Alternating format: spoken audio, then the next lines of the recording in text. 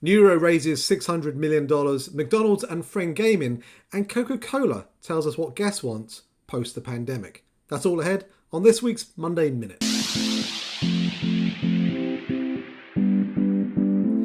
Monday Minute works like this. We're going to talk about the top headlines from the last week and get our take on it. Are you ready? Let's go.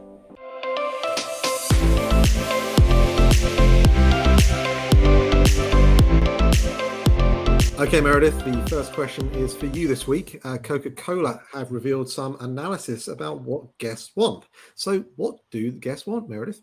I love this survey that Coca-Cola did of consumers. And the reason I love it is because it's all positive. And frankly, it's stuff that we've been saying for a while, which is as COVID recedes and life goes back to quote unquote normal, it won't be normal, but it will be new normal in a great way for restaurants. And that is to say that there's a ton of pent up demand for going out and dining in. And so we'll start to see that come back. But the new behaviors that were learned during COVID in terms of off premise dining aren't going to go away. So they actually surveyed consumers and found that their pre-COVID versus post-COVID behavior, consumers report are going to go out more because they spent so long not going out. They want to get back together with their friends, go to their favorite restaurants, and be social like they used to. But in addition to that, various forms of off-premise, including delivery, takeout, and curbside pickup, are self-reported to be 2 times higher than what consumers did pre-COVID. That's pretty exciting. That's a lot of incremental demand for restaurants, and I think great news that the industry will rebound. Now, there is a little funny thing kind of buried in the survey where consumers self-report that they think other people are going to go out more than they themselves are going to go out. So that maybe says that it's not quite as rosy as the survey first makes it appear. But I think good news all around for restaurants. All right, next question is for you, Carl. So Neuro has raised a further $600 million in funding this week. What's the latest with this company? Yeah, 600 million. You know, this is building on the 500 million they raised last year. It's now valued, I think, around $8.6 billion. Investors include Google, SoftBank, Toyota Motors, their Woven Capital aspects, and then Tiger Global are leading this. So it's, big names behind Neuro. And when you look at their partner base, even bigger names, you've got folks like FedEx, Kroger, Domino's are testing with them in Houston, Chipotle, CVS, Walmart. They've got a 5-year strategic partnership with Google Cloud. So what on earth is Neuro all about? Well, it's the advent of automated vehicles. Their vehicles, let me bring up one here so you guys can see. This thing called the Nuro R2 has sensors everywhere on it, no mirrors, as you can see, no windshield wipers, no steering wheels. It's about 9 feet long and it travels 25 miles an hour and basically can carry about 400 pounds worth of different products. So pretty crazy, isn't it, that you're seeing this kind of stuff now appear? And it's not just these guys. There's plenty out there. Google have their wing units, their flying drones. They've also got Waymo, which I think is going to be like the operating system for a lot of automated vehicles going forwards. And Waymo, I think, are going to try larger freight vehicles. So there's a watch out there for the truck drivers because this is potentially a big career threat for them going forwards.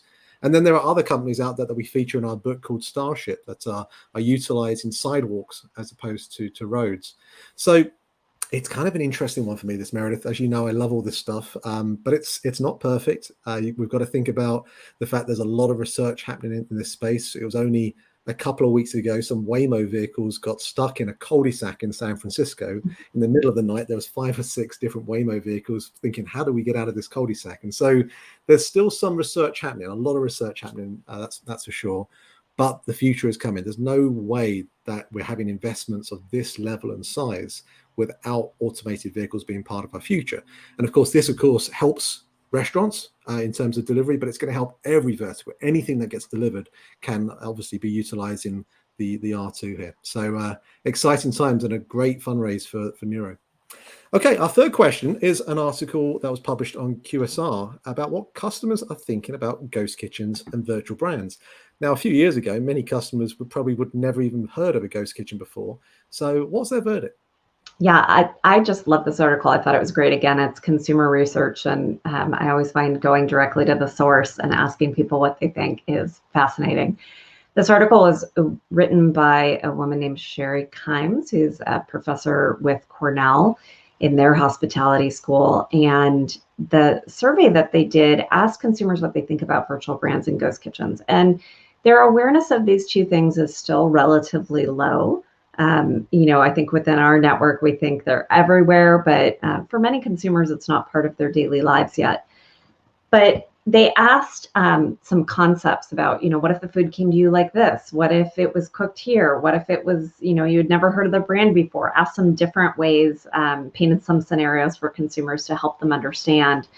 And the key takeaway from the survey was that the most important factor to people, regardless of the scenario that was described, was all that matters is that the food is good. People didn't care as much about the connection with the restaurant. They weren't as concerned about, say, food safety or potentially not knowing where the food came from. They just didn't really care where the food was made. And as she says, the results were extremely thought-provoking. I'm going to quote directly from her. If customers really don't care where their food is made, what implications does this have for the restaurant industry?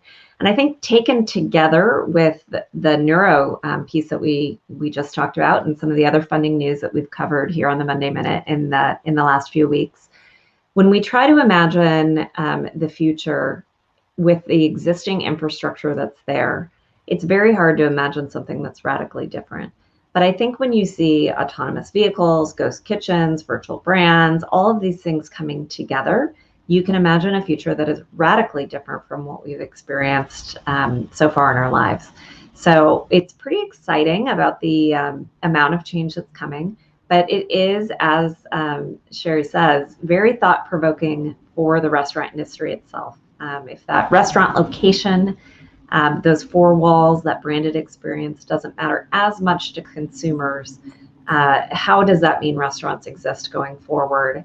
And I believe they will continue to, which is a subject for another day, but definitely something that's worth thinking about. So McDonald's is approaching Thanksgiving a little differently this year. Tell us about their Friendsgaming approach and what they're planning to do.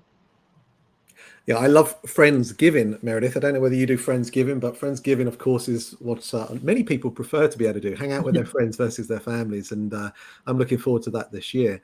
But McDonald's are coining this phrase Friendsgaming because they've teamed up with a company called FaZe Clan in promoting their latest line of crispy chicken sandwiches and this online live streaming gaming platform.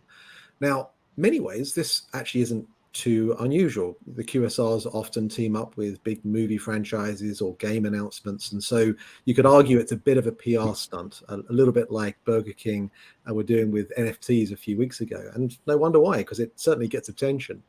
But what I do like about it is the way in which restaurants are taking themselves into the environments where the younger people are hanging out, the virtual environments where they're hanging out.